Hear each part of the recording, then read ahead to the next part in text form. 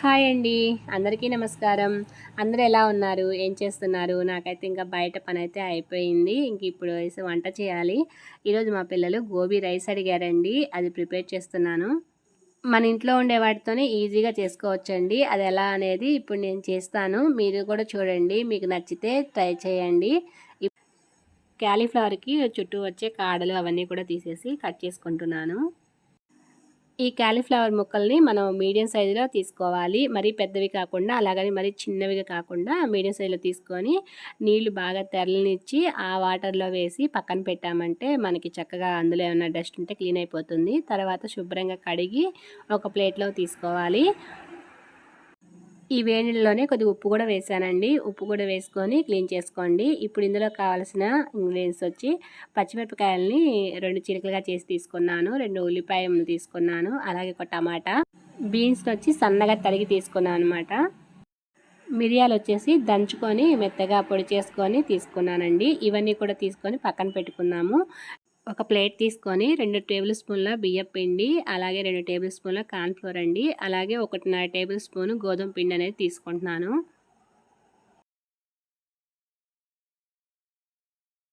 గోధుమ పిండి లేదంటే కూడా మైదా కూడా వేసుకోవచ్చు. గోధుమ పిండి హెల్తీ కాబట్టి నేను ఇక్కడ గోధుమ పిండి తీసుకుంటున్నాను. అలాగే ఇందులోకి సరిపడా కారం వేసుకోవాలి. ఇక్కడ నేను 2 టేబుల్ స్పూన్ల కారం తీసుకున్నాను. అలాగే గరం మసాలా పౌడర్ వేసుకోండి, లేదంటే ధనియాల పౌడర్ వేసుకున్నా సరిపోతుంది. ఇంకా ఇందులో సరిపడా ఉప్పు వేసుకోవాలి. అలాగే ఒక చిటికెడు పసుపు వేసుకోవాలి. ఇప్పుడు మనం వేసినవి అన్నీ కూడా కలిసేలాగా ఒకసారి ఈ పిండిలో అంతా కలుపుకోవాలి. ఇలా ముందుగానే కలుపుకోవడం వలన మనకి ఈ పిండిలో అన్నీ కూడా సమానంగా కలిసిపోతాయి.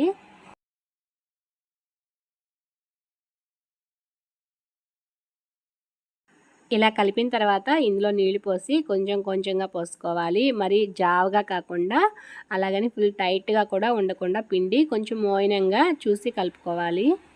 ఈ విధంగా మీడియంగా కలుపుకొని ఇందులోకి మనం వేడి నీళ్ళలో వేసి తీసి పక్కన పెట్టుకున్నాం కదా క్యాలీఫ్లవర్ ముక్కలు, వాటిని వేసుకోవాలి. ఈ క్యాలీఫ్లవర్లో నీళ్ళు అనేది ఎక్కువ ఉండకూడదు కాబట్టి మీరు కావాలంటే వడకట్టుకునే చిల్లులు గిన్నెలో వేసుకొని కూడా నీళ్ళు వడలు కలుపుకోవచ్చు. ఈ విధంగా ముక్కలకంతా కూడా పట్టేలాగా కలుపుకోవాలి. ఇంకా పొయ్యి మీద కళాయి పెట్టుకొని ఇంకా వాటిని ఒక్కొక్కటిగా ఈ విధంగా వేసుకోవాలి. ఇలా వేసుకొని మనం ఇంకా కాల్చుకున్నామంటే ఉడికించుకున్నామంటే చాలా బాగుంటాయండి, క్రిస్పీగా ఉంటాయి అన్నమాట. బియ్య పిండి కార్న్‌ఫ్లోర్ అంతా వేసాం కదా, ఈ మసాలా కూడా వేసాం కాబట్టి ముక్కలు విడిగా మనం ఇట్లా ఉడికించుకొని తింటే కూడా టేస్ట్ చాలా బాగుంటాయి అన్నమాట. ఇలా మనకి ఫ్రై అయ్యే వరకు ఇట్లా ఫ్రై చేసుకోవాలి. ఇలా ఫ్రై అయిన తర్వాత వీటిని మళ్ళీ మిగతావి కూడా అట్లే వేసుకొని పక్కన పెట్టుకోవాలి. అన్నీ పక్కన పెట్టుకొని లాస్ట్లో మళ్ళీ ఇవన్నీ కూడా మళ్ళీ ఒకసారి ఆయిల్ బాగా హీట్ అయిన తర్వాత మరొక్కసారి వేసి తీసుకోవాలన్నమాట. ఇలా మనం 2 సార్లు వేయటం వల్ల ఏంటంటే లోపల ఒక్కోసారి ఉడకకుండా ఉంటుంది కదా, పైన ఉడికినట్టే క్రిస్పీగా కనిపిస్తాయి కానీ లోపల ఉడకదు. అలా ఉండకుండా మరొకసారి వేయటం వలన లోపల మొత్తం ఉడికిపోతుంది అనమాట. ఇలా కాలీఫ్లవర్ మొత్తం ఉడుకుతుంది కాబట్టి మనం మళ్ళీ తర్వాత రైస్ ప్రిపేర్ చేసేటప్పుడు ఈజీగా ఉంటుంది. లేదంటే మళ్ళీ పచ్చిగా ఉంటుంది అనమాట, తినేటప్పుడు అంత టేస్ట్ అనిపించదు. ఈ విధంగా అన్నీ కూడా ప్లేట్లో తీసుకొని ఇంకా అదే బాండీలో కొంచెం ఆయిల్ తీసేసి నేను కొంచెం ఆయిల్ పెట్టుకొని తాలింపు దినుసులు వేసుకున్నాను. ఇందాక మనం కట్ చేసి రెడీగా పెట్టుకున్నాం కదా ఉల్లిపాయలు, పచ్చిమిరపకాయలు, అవన్నీ కూడా ఇంకా 1 బై 1 వేసుకొని వేయించుకోవాలి.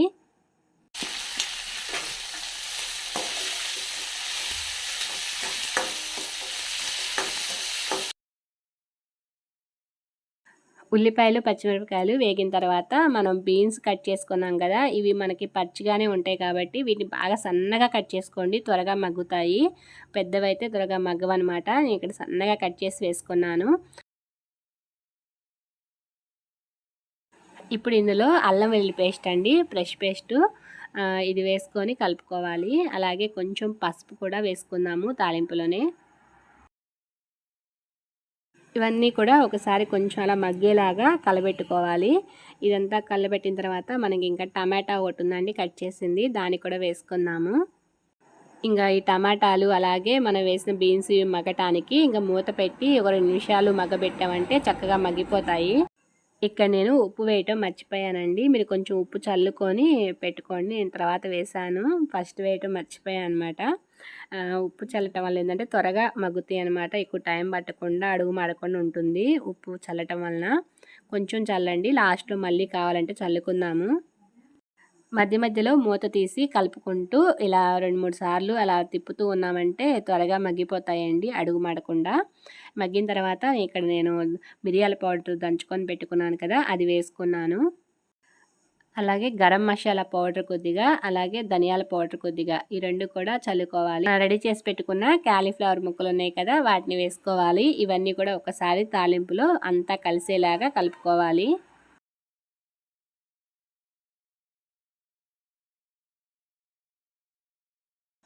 ఈ విధంగా మనం క్యాలీఫ్లవర్ ముక్కలన్నీ కూడా ఈ మసాలా అంతా కలిసేలాగా ఒక 2 నిమిషాలు అంతా కలబెట్టండి. ఇలా కలబెట్టుకున్న తర్వాత వేడన్నం కానీ లేదంటే ముందే ఉడికించిన అన్నం ఉంటే కూడా అలాగే వేసేసుకొని 2 నిమిషాలు మళ్ళీ ఇది కూడా అట్లే గ్యాస్ ఆన్లోనే పెట్టుకొని మీడియం ఫ్లేమ్లో కలుపుకుంటూ ఉండాలి. అంతా హీట్ అవుతుందనమాట. ఇది కలిపేటప్పుడు ఒకసారి ఉప్పు అనేది వేసుకోండి, వేసి చూసుకోవాలి. చాలకపోతే కూడా మళ్ళీ యాడ్ చేసుకోవచ్చు. నా దగ్గర నిమ్మకాయలు లేవండి, అందువల్ల పిండలేదు. నిమ్మకాయలు ఉంటే ఒక చెక్క నిమ్మరసాన్ని పిండండి, బాగుంటుంది. ఇలా సింపుల్గా కూడా చేసుకోవచ్చండి. నా దగ్గర ఉండే వాటితో నేను ఇలా చేసుకున్నాను. ఇంకా మన దగ్గర కూరగాయలు ఇంకేమైనా ఉంటే కూడా ఇలా సన్నగా కట్ చేసి కూడా వేసుకోవచ్చు ఈ రైస్లో. పుదీనా కొత్తిమీర ఇంకా సన్నగా తరిగి ఒకసారి వేసి కలబెడుతున్నాను. అంతే ఫ్రెండ్స్, ఈజీగా అయిపోయింది కదా గోబీ రైస్. నేనైతే ఈరోజు బాక్స్లో అదే పెడుతున్నాను అనమాట.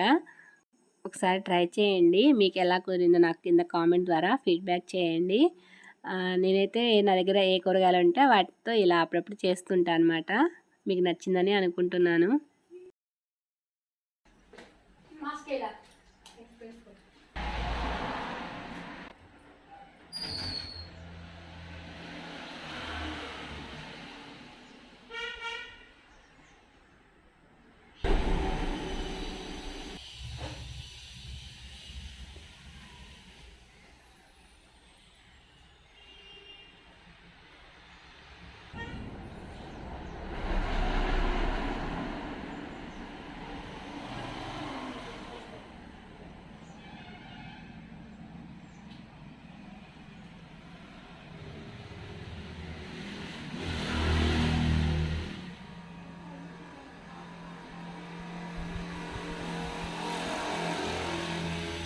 మార్నింగ్ లేచింది మొదలు పిల్లల్ని స్కూల్ వ్యాన్ ఎక్కించే వరకు కూడా మనకి రెస్ట్ అయితే ఉండదు. హడావిడిగా ఉంటుందన్నమాట. అటు ఇటు పరుగులు పెడుతూ ఉంటాము. నాకైతే ఇప్పటికి అయ్యిందండి. ఇక మిగిలిన పనులు అయితే చేసుకోవాలి. ఈ వీడియో మీ అందరికీ నచ్చింది అనుకుంటున్నాను.